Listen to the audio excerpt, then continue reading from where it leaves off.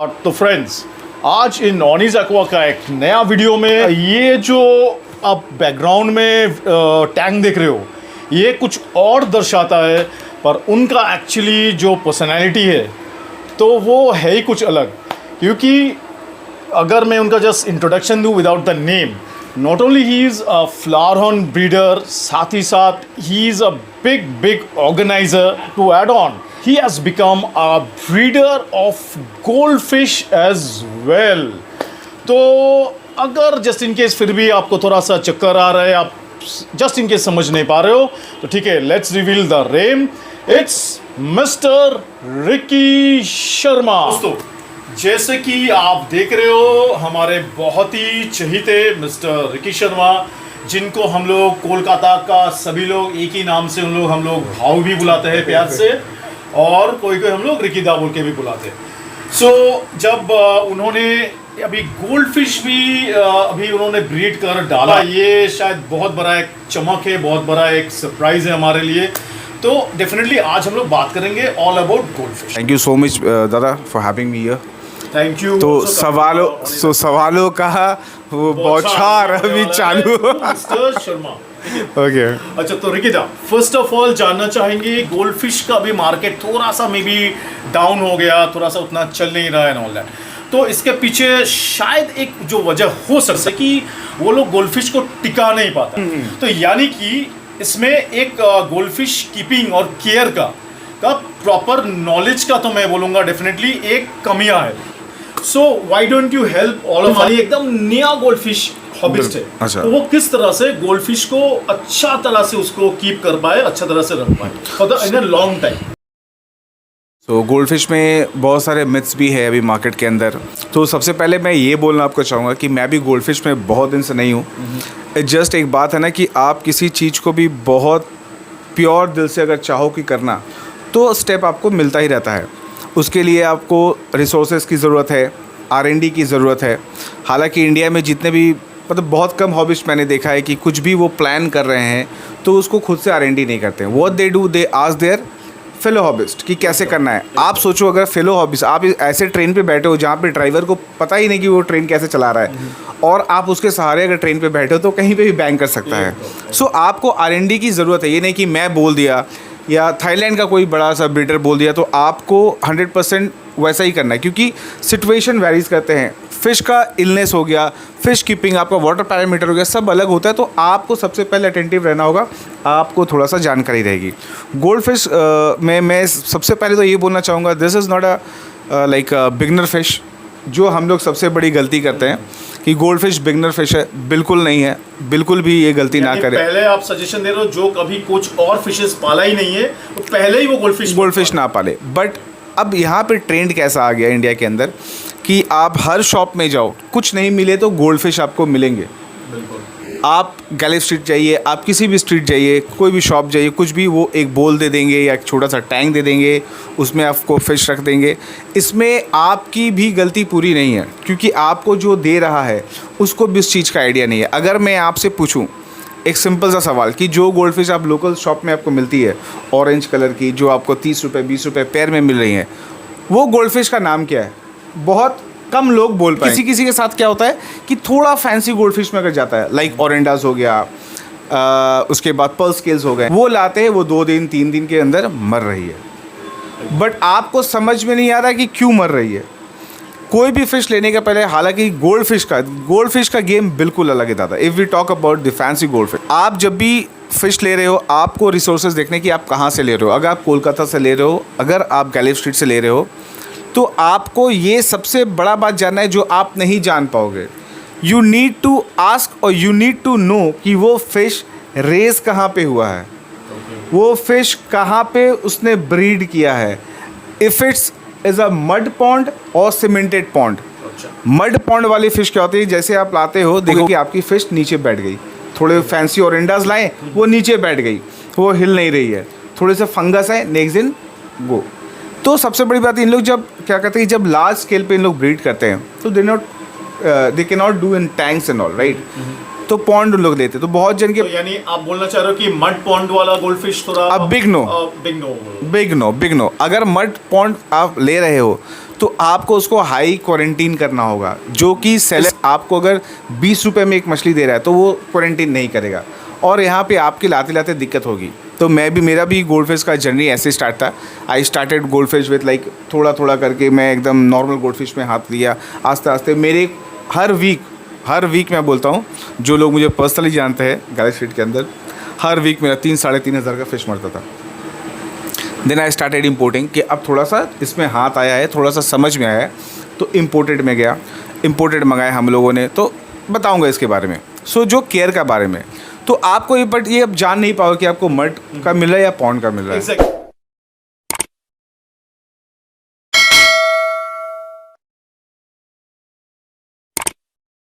Seller का क्या है, वो बेच के आपको निकलेगा, वो आप कहाँ से आया, आपका फ़िश मरा है, आपका फ़िश जिंदा है, कुछ समझ में आपको नहीं आएगा। बट बहुत सारे ऐसे भी लोग हैं जो मड पॉन्ड में कर रहे हैं, मड पॉन्ड बोले सीमेंटेड पॉन्ड में कर रहे हैं, बट उनका प्राइस वो हाई मांगेंगे। ये आप ध्यान कभी दीजिएगा। कोई 4 गोल्ड फिश बेच रहा है, वो 4 या 6 बेच रहा है, वो 2000 रुपये पैकेट का मांग रहा है, उसके पास में कोई बेच रहा है, वो 6 बेच रहा है, वो आपसे 500 रुपये मांग रहा है। ऐसा क्यों? आपको खुद में सवाल पूछना है कि इतना डिफरेंस तो होना नहीं चाहिए, और होता भी है। बट गैलेक्सी में भी ऐसा नहीं कि अच्छी मच्छियाँ नहीं मिलती, बहुत अच्छे मच्छी मिलते हैं, बट आपको पहचानना भी आना चाहिए। बिल्कुल। गोल्ड फिश मैं जो सजेस्ट करूँगा, सबसे पहला जो आपको जानना है वो है ख़रीदने के वक्त। गोल्ड फिश कभी वैसे नहीं खरीदे जो पैकेट में बंद है। अच्छा, पर गालिफ में तो लाइक 70-80% तो वैसे ही आपको मिलता है। यस, इसका मैं कुछ होता है टब में। मैं बताता हूँ, इसका मैं सबसे अच्छा एक्सपीरियंस, थोड़ी देर बाद हम लोग फिश रूम में जाएंगे और एक फ़िश को मैं टैंक में और उसी फिश को मैं पैकेट में डाल के दिखाऊंगा, तब आपको समझ में आएगा ये बात मैंने क्यों बोला। अच्छा। गोल्ड फिश की जो सबसे बड़ी और सबसे मतलब बेसिक चीज़ जो सबसे बड़ी है, थंब रूल में जो फर्स्ट आता है, वो स्विम कैसे कर रही है। So, you need to watch the swimming, the movement of the fish. Yes. Anatomy different thing. आपका डोर्सल फिन थोड़ा छोटा है, आपका एनल फिन सिंगल है, सब कुछ समझ में आता है। लेकिन आपकी फिश अगर स्विम ठीक से नहीं कर रही है, तो फिश का कुछ आपको समझ में नहीं आएगा। हाँ, तो फिर रिकी भाव, ये मेरा मन में सवाल आ रहा है कि इन दैट केस तो ये पर्टिकुलर पॉइंट जो बोले बहुत वैलिड है, पर ये तो हर फिशेस में ही तो फिर लागू होता है कि दैट इज अ मूवमेंट। देखो पहले नहीं, हर फिर गालिफ में तो नहीं, मैं बता रहा हूँ, अगर आप फ्लावर हॉर्न लेते हो, किसी भी गैलिफ स्ट्रीट का बात नहीं करते, किसी पैकेट में अगर झूला हुआ है, अगर आप फ्लावर हॉर्न, तो flower horn I mean packet में, हाँ, फ्लावर हॉर्न ऐसे सीधा खड़ा है, हाथ दिखाएगा, ऐसे घूमेगी, वो बैलेंस लूज करेगी तो आपको समझ में आ जाएगा। क्योंकि फ्लावर हॉर्न ऐसे खड़ी है। बट गोल्ड फिश थोड़ा सा गोल है, बड़े गोल्ड फिश है, फैंसी गोल्ड फिश है, थोड़े से ऊपर जाएंगी, थोड़े से नीचे रहेंगी, थोड़ी सी लेथार्जी, उनको घूमने का रूम नहीं मिल रहा है। ये देखना है तो गोल्ड फिश जब भी लो, फ्री स्विम वीडियो देखो। हालांकि लोग थाईलैंड से भी जब लाते हैं, वहाँ पे भी ये चीज़ बहुत देखना है। आप अगर देखोगे, चलिए मैं जो बात थोड़ा देर बात करने वाला था, ये अभी कर लेते हैं, बात छुटा है। जैसे देखिएगा थाईलैंड के वीडियो, सेलर्स क्या करते हैं, ऐसे एक टैंक रहेगा, उस पर ऊपर से उन लोगों ने फ़िश छोड़ा, 10 फिशेस छोड़ दिए, एक ऐसे हैंडी कैमरा है और फिश ऐसे है, उसने वीडियो किया। अब फिश नीचे बैठ गया, वो टैप करेंगे, टक टक, ये टक टक करो तो फिश भाग रही है, ऑटोमेटिक तो भागेगी। तो फिश जब जा रही है ना, किसी फिश को स्विम का डिसऑर्डर है, स्विम ब्लैडर का डिसऑर्डर है, तो पानी में जैसे ही जाएगी, वो यहाँ से आस्ते से बाउंस बैक करते करते कोना पकड़ेगी और ऊपर आएगी। बट जब भी मैं उसको टैप करूँगा, या बहुत फिश नीचे रह जाती है, तो जब भी टैप करूँगा तो वो भागेगी। और 8 मछली में से या 10 मछली में से 2 मछली ऐसा रहेगा, बट आपका नज़र जाएगा अच्छी मछली पे, वो 2 मछलियों पे नज़र नहीं जाएगा। तो ये होता है सीन। तो कभी भी लो, अगर आपके इंडियन सेलर भी हैं, अभी भी बहुत मैं देखा, वो भी टैप करते हैं, डोंट आस्क कि बोलो भैया आप टैंक में मछली छोड़ो, विदाउट टैपिंग मेरे को वीडियो दो कि फिश जैसा है वैसा, और छोड़ते ही सख्त वीडियो मत लो, छोड़ दो, 2 मिनट रुक जाओ, फिर वीडियो करो। गोल्ड फिश का सबसे बड़ा चीज़ है, क्योंकि वो स्विमिंग पैटर्न नहीं ठीक होता है। बहुत रेयर केस में अगर 2-3 महीने से कोई एक मछली है ऊपर पड़ा हुआ है, वो वैसे ही रह जाता है, वो ठीक नहीं होता। मैं आपको पर्सनली वीडियो दूंगा मेरे लास्ट इंपोर्ट का, 14-20 पीसेस हमारा गया। अगर आप थाईलैंड से फ़िश ला रहे हो तकरीबन 20 पीस, एक बॉक्स अगर आप ला रहे हो, उसमें आपका 4 मच्छी को जाना है। लेकिन ये सब सेलर का नहीं जाता है, क्योंकि सब सेलर को कंसीडर नहीं करते, वो सेल कर देते हैं, फिश नीचे बैठा हुआ है, बोलेंगे ये हाइब्रिड है, इसका पैटर्न ये है। कौन सा फिश का पैटर्न है नीचे में बैठ के रहने का? आज तक तो हम लोग प्लेकोस वगैरह हैं जो रहते हैं बॉटम फीडर्स। गोल्ड फिश वो फ्री स्विम करता है। बिल्कुल। दूसरा, हाँ चलिए ये तो हुआ, ये तो बहुत लंबा टॉपिक है। तो नेक्स्ट हम लोग अगर इसमें थोड़ा वाटर पैरामीटर्स लेके थोड़ा बात करते हैं, थोड़ा बहुत डाइट। वाटर पैरामीटर का गोल्ड फिश अगर किसी को करना है तो दिमाग में ये रख लीजिए, you need to be active. आपको वाटर चेंज बहुत बढ़िया करना है। वाटर चेंज गोल्ड फिश का मतलब रामबाण का ऐसा इलाज करता है। अगर आपका वाटर चेंज ठीक है, आप ठीक कर रहे हो, तो ट्रस्ट मी उसको इसकी तबीयत ख़राब नहीं होती है। आपको ये जानना है कि आपका सेलर वाटर किस लेवल पे रखता था। थाईलैंड में अगर इम्पोर्टेड का हम लोग बात करें तो वो जो भी लाइक उनका पॉन्ड होता है, सीमेंटेड पॉन्ड होता है, जो मड पॉन्ड में करते हैं उनका मड पॉन्ड होता है, जो प्लास्टिक में भी बहुत जन करते हैं। प्लास्टिक के वो क्या बोलते हैं, बोलिए ना, प्लास्टिक का जो नहीं, प्लास्टिक का ऐसा रहता है, टबेर मुतुन जेटा था, हाँ वैसा कुछ आता है। तो मैक्सिमम 18 सेंटीमीटर, सॉरी 18 सेंटीमीटर, हाँ नियर अबाउट 1.5 इंच के नीचे ही रहता है, उससे ऊपर नहीं जाते हैं क्योंकि उनको वाटर चेंज करने की सुविधा।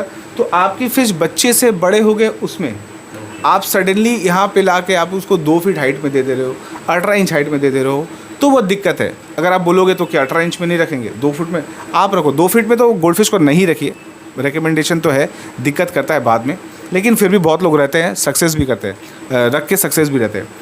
तो आप जैसे लाओ उसको पहले छोटा पानी में रखो, शॉलो वाटर में, देन उसको आप देखो उसका मूवमेंट आस्ते आस्ते ठीक हो रहा है, देन इंक्रीज क्योंकि गोल्ड फिश का सीन एक ही है, स्विम ब्लैडर होने का बहुत ज़्यादा प्रोन रहता है क्योंकि इतने हाइब्रिड्स हो रहे हैं, इतने ज़्यादा हाइब्रिड्स हो रहे हैं, इसमें ये दिक्कत आना ही है। तो ये दिमाग में रखिएगा। वाटर चेंज हमेशा, वाटर के लिए इन लोगों का सबसे जो ज़रूरी और एक चीज़ बताना चाहूँगा कि एमोनिया बहुत चेक कीजिएगा। एमोनिया बर्न होती है गोल्ड फिश को, रेड हो जाती है, तो उसके लिए अच्छा बैक्टीरिया यूज़ किया कीजिए।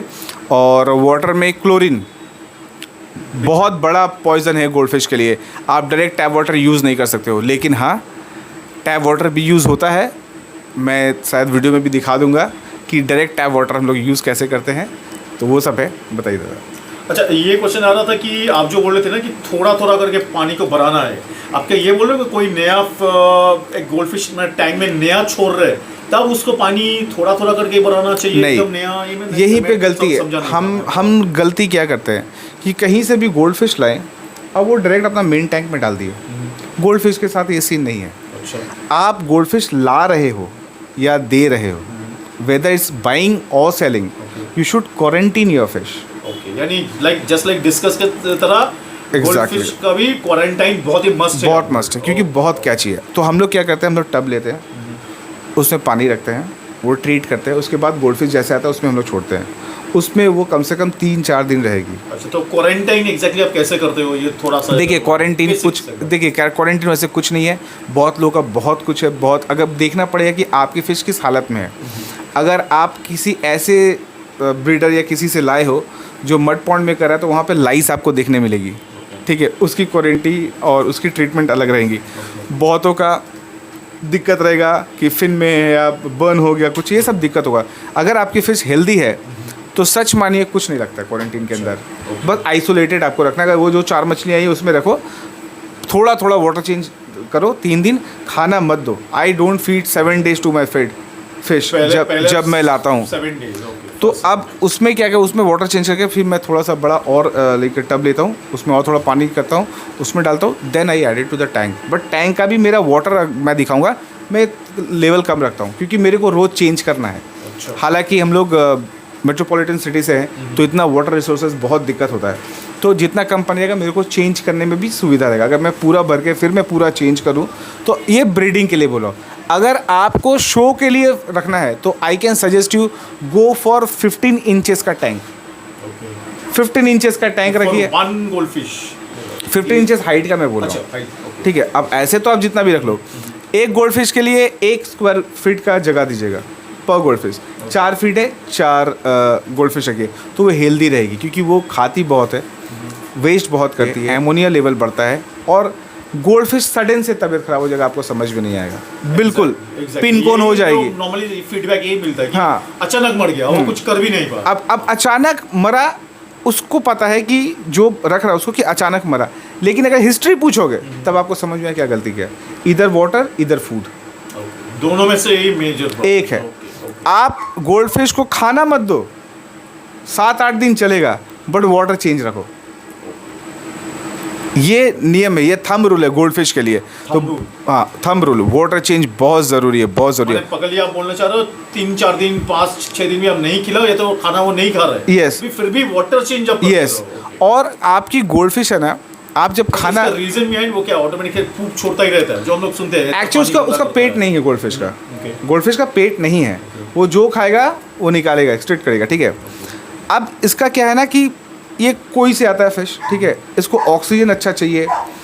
और देखिएगा अगर किसी भी बड़ा जो ब्रीड करता है, अगर हम लोग हावड़ा में चल जाए, जो फिश ब्रीड कर रहे हैं, लोकल फिश ब्रीड कर रहे हैं, तो why they choose pond.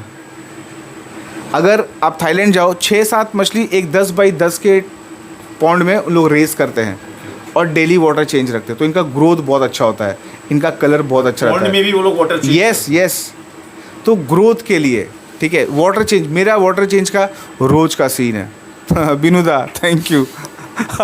I can feel the pain Binuda. Binuda का बात क्या है आप लोगों को बता दूं, उनके कारण ही लाइक गोल्ड फिश का दिल किया। शक हो रहा था। he gifted me for wonderful things, what to say, goldfish. And awesome goldfish. And I was like really flattered कि वो देख के फिर वो चुल होता है ना कि नहीं अब करना है, तो वो था। तो फिर अगर मैं जनरली एक मिनट लेता हूँ बिनुदा के बारे में बोलने में, अगर आपको इंडिया के अंदर आपको सच में एग्जॉटिक गोल्डफिश देखना है कि हाँ कोई गोल्डफिश करता है, बिनुदा, कोई भी और जवाब नहीं है इसका। ऐसा ज़रूरी नहीं है कि आपको सिंकिंग पैलेट्स खिलाना है, दिस इज़ अ मिथ। हाँ, बहुत लोग बोलता है कि वो फ्लोटिंग ये खा नहीं सकता एंड ऑल। आपको पता है थाईलैंड में देखोगे, या आप यूट्यूब बहुत पढ़ा है, जो हावड़ा के भी ब्रीडर्स हैं, सुबह सुबह they throw pellets, floating pellets. तो आप सोचो, आप 2 मछली में डील कर रहे हो, वो 1000 मच्छी में डील कर रहा है, तो उसको ज़्यादा नॉलेज है। बिल्कुल। थाईलैंड वाले क्यों उनका अगर फ्लोटिंग में अगर उनको ब्लोटिंग हो जाता तो जरूर वो खाना नहीं खिलाते, तब आपको तो आप सोचिए, अगर आपका सेलर बोल रहा है ना कि नहीं फ्लोटिंग इसके लिए बेस्ट है, तो आप समझो कि फ्लोटिंग का दाम ज़्यादा है। फ्लोटिंग बुरा है, मैं वो नहीं बोल रहा हूँ। फ्लोटिंग अगर बुरा है या फ्लोटिंग अगर लोग बोलते हैं कि फ्लोटिंग बुरा है। अगर फ्लोटिंग बुरा है तो हिकारी जैसी कंपनियां फ्लोटिंग नहीं बनाती।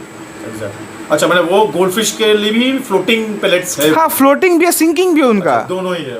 यस, इसमें भी सीन है। अच्छा, एक स्टेज आता है फ्लोटिंग पैलेट्स के लिए। अच्छा, एक स्टेज आता है, ठीक है, जब उन लोग रेज करते हैं, they will 90 days raising challenge in goldfish, कि बच्चा हुआ, अब 90 डेज में आप कौन कितना अच्छा ग्रूम करता है, ये सब चक्कर में आता है। अब हम लोग क्या करते हैं, it's just like a body building. दादा, एक बंदा 20 साल से मेहनत कर रहा है, पूरे ठोके हुए हैं, स्टेरॉइड्स पूरे ठोक के, ठीक है, अब वो एक सेट मार रहा है लैट्स का, उसका मारने का अंदाज अलग है, क्योंकि वो इतने साल से करता रहा, उसको पता है उसका टारगेट मसल्स कौन सा है, वो ऐसे मारे उसको टारगेट वहाँ हो जाएगा। लेकिन आप बिगनर वो नहीं कर सकते हो।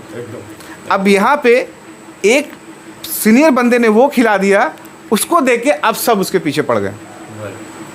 ये दिक्कत है मार्केट में। इसीलिए मैं क्या बोला, एक ट्रेन अगर वैसा बंदा चला रहा है जिसको पता नहीं है, आप उसके पीछे बैठे हो, तो डोंट गो फॉर दैट। सुनो सबका, R&D करो। गोल्डफिश बेसिकली आपको पॉन्ड में मिल जाएगी, ठीक है, नॉर्मल बोलो जैसे मिल जाएगी। पूरा सूजी पोका खाए, मतलब सूजी पोका को बता दीजिएगा, उन लोग खाते हैं, कुछ कीड़ा होता है, वो तो ऊपर से पकड़ खाते हैं। अब कुछ चीज़ें नीचे गिर गई या किसी ने खिलाने के लिए दिया, रोटी वोटी ब्रेड में, वो नीचे भी जाके खा रही है, दोनों उसके लिए सही है। आपको मॉनिटर करना है कब क्या देना है। अगर आपके फिश को ये दिक्कत हो रहा है, क्योंकि मिथ मत बैठाइए ना। अगर आप सर्च कीजिए सिंकिंग पैलेट्स गोल्डफिश का कब से है और कितने मार्केट में अवेलेबल है, और फ्लोटिंग पैलेट्स कितने अवेलेबल है। अगर सिंकिंग बेस्ट होता, फ्लोटिंग अगर एकदम गैस हो जाएगा मछली को, तो सिंकिंग कंपनियाँ क्यों खर्च करेंगी। वो हम लोग 2 फिश रख रहे हैं, 2 फिश ब्रीड कर रहे हैं, बट वो कंपनी बहुत बड़ी है, उनकी R&D बहुत बड़ी है, तो वो क्यों निकालेंगी। एक्चुअली दैट प्रूव्स जे गोल्ड फिश को फ्लोटिंग खिलाना कुछ भी खराब नहीं। ख़राब नहीं है अगर आपका पानी अच्छा है। मैं फिर से बोल रहा हूँ, जितने भी ये नाटक होते हैं गोल्ड फिश के ना, वो पानी के चक्कर में होते हैं। आप कभी कभी देखना, आप एक गोल्ड फिश का टेल रेड हो गया, बॉडी रेड हो गया, अब आपको लगता है फंगस हो गया, एमोनिया बर्न है। सिंपल सा चीज़ है, आपके पानी में एमोनिया का लेवल बहुत हाई है, आप वाटर चेंज मारो। गोल्ड फिश के लिए अगर आप उसको एल्गे में रखते हो, not brown algae brothers, not brown algae, that green fresh algae. Algae वो हिलना चाहिए, जब थोड़ा दिन रहेगा ना वो अंदर में जहाँ पे भी रहेगा वो हिलेगा। लेयर ये नहीं एकदम पूरा यस, वो गोल्ड फिश के पास रहेगा। तो आई कैन अश्योर यू कि गोल्ड फिश का आपने 70% काम कर दिया। आपने थोड़ा थोड़ा देना है। डोंट फीड गोल्ड फिश एकदम ज़्यादा एक बार में, छोटे छोटे चंक्स दो उसको, छोटे छोटे चीज़ें दो बार बार। खाना में एक बात याद है केयर में, आप सुने होंगे किसी का भी गोल्ड फिश का अगर पेट फूल गया, अगर स्विम ब्लैडर हो गया, लोग बोलते हैं पीस खिलाओ, पीस खिलाओ। मैं एक क्वेश्चन पूछता हूँ, कितने लोग पीस खिला के सक्सेस पाए हैं? नहीं होता है। मैं वीडियो आपको दूंगा, मैंने पीस नहीं होता है। खिला खिला खिला के भी आप देखो कि कोई रिजल्ट नहीं आता। मैं शायद आपसे चैट शेयर करूं, पता नहीं ये ठीक रहेगा कि नहीं, बस स्टिल मैं कोशिश करता हूं कि मैं जो इस लाइन में थाईलैंड में दिग्गज हैं उनका चैट शेयर करूं। They are very good friend of mind. उन लोग सीधा बोलते हैं, bro if the bile is not strong, अगर वो उल्टा gold fish, there is no medication for this. अगर आपका मेडिकेशन से बच जाता है तो वो रेयर केस है, और हम लोग रेयर केस को एग्जाम्पल सेट नहीं कर सकते हैं, क्योंकि यहाँ पे फिर आ जाता है मार्केटिंग गिमिक कि ये करो, वो करो, वो करो, ये करो। ये सब कुछ में नहीं जाना है। आप गोल्ड फिश को ट्रीट नहीं कर पाओगे। जितने भी आप वीडियोस देख लो, कुछ भी देख लो, अगर जैसे हम लोग गोल्ड फिश लाए, गोल्ड फिश में दिक्कत हुआ, हम लोगों ने वीडियो भेजा, अगर अच्छा बातचीत है तो लोग बोलता है आई क्लेम, वो मेरे को नेक्स्ट टाइम में भेज देगा, क्योंकि उसको पता है वो ठीक नहीं होगा, उसको पता है वो ठीक नहीं होगा। तो फिर आप इतने एक्सपेंसिव मेडिसिन डाल रहे हो किस चीज़ के लिए? अच्छा, गोल्ड फिश का आइडियल टेम्परेचर क्या होना चाहिए? देखिए मेरे ख्याल से वार्म टेम्परेचर। देखिए यहाँ पे दो चीज़ है। जापानीज, जैसे हम लोग यूट्यूब में देखते हैं, कभी कभी वीडियो आप लोग देखा होगा, पूरा आइस लेयर है, अंदर में गोल्ड फिश स्विम कर रही है, पूरा बर्फ़ जमा हुआ है, गोल्ड फिश स्विम कर रही है। यस, गोल्ड फिश सर्वाइव कर रही है, लेकिन आपका थाईलैंड का मतलब जो फैंसी गोल्ड फिश है वो सर्वाइव नहीं करेगी, क्योंकि इतने ब्रीडिंग हो रहे हैं, इतने म्यूटेशन हो रहे हैं। तो वो अभी लोग का दिमाग में है कि गोल्ड फिश ठंड पानी की मछली है। यस, गोल्ड फिश नॉर्मली ये बोला जाता है। हाँ, कि बट नहीं, वो गर्म पानी में शायद इन एंड अराउंड 30 के ऊपर वो सर्वाइव नहीं, तो उतना नहीं जाना है आपको। अगर कोलकाता का टेम्परेचर, अगर इंडिया का टेम्परेचर में करवा लूँ, देखो थाईलैंड में ठंड पड़ती नहीं है, ठीक है, तो उन लोगों का कोई लोचा नहीं है, मतलब कोई टेंशन नहीं है। हमारे यहाँ पे आपने गोल्ड फिश ठंड में, बहुत लोग हैं थ्रू आउट ईयर रखते हैं, ठंड में आप कोशिश कीजिए 26 मेंटेन करके रखिए।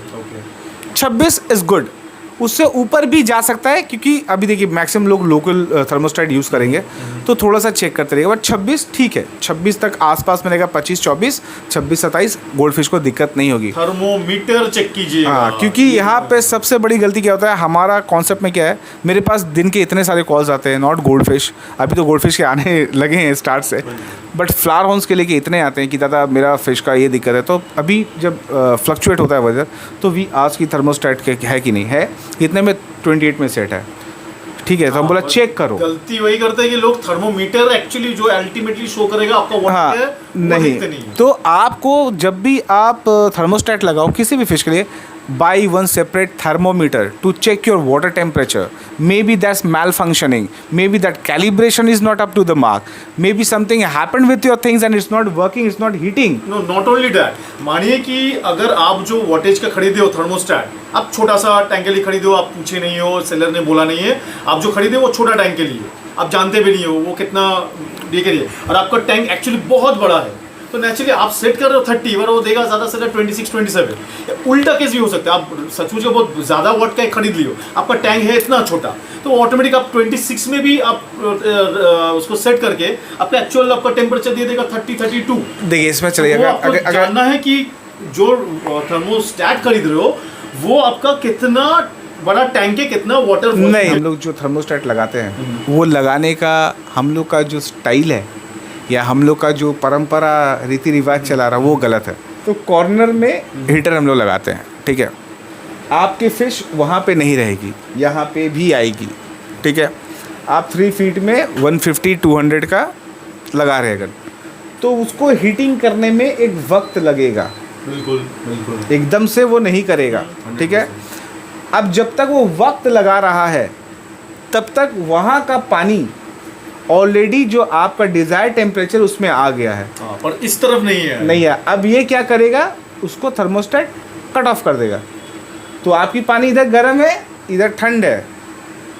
बट हाँ, एट अ सर्टेन टाइम के बाद वो गर्म होंगे और Exactly. उसमें एक फिल्ट्रेशन या तो वाटर का कुछ फ्लो होना चाहिए ताकि एग्जैक्टली टैंक तो में वो सबसे बढ़िया है बीच में लगाइए, ठीक है। फिश कॉर्नर कॉर्नर वाला सीन नहीं रहेगा, वो अपना ही ठीक रहेगा। इसका सबसे बड़ा एग्जांपल है, ठंड में जब आप थर्मोस्टेट लगाते हो, देखना फिश थर्मोस्टेट के पास में जाके एकदम बैठ गई, हिलती नहीं है, थोड़ी थोड़ी देर बाद हिलेगी, फिर यहाँ जाएगी, फिर वहाँ पे चले जाएगी। तो आप बीच में लगाइए। गर्मी में तो वो 31-32 भी कोलकाता चला जाता है, तो Exactly. वो क्या प्रॉब्लम तो होता है, तो थोड़ा बहुत एटलीस्ट कुछ थोड़ा ब्रीडिंग का थोड़ा ट्रिक्स आप Okay, थोड़ा बहुत okay. थोड़ा शेयर कीजिए। Goldfish breeding is very easy.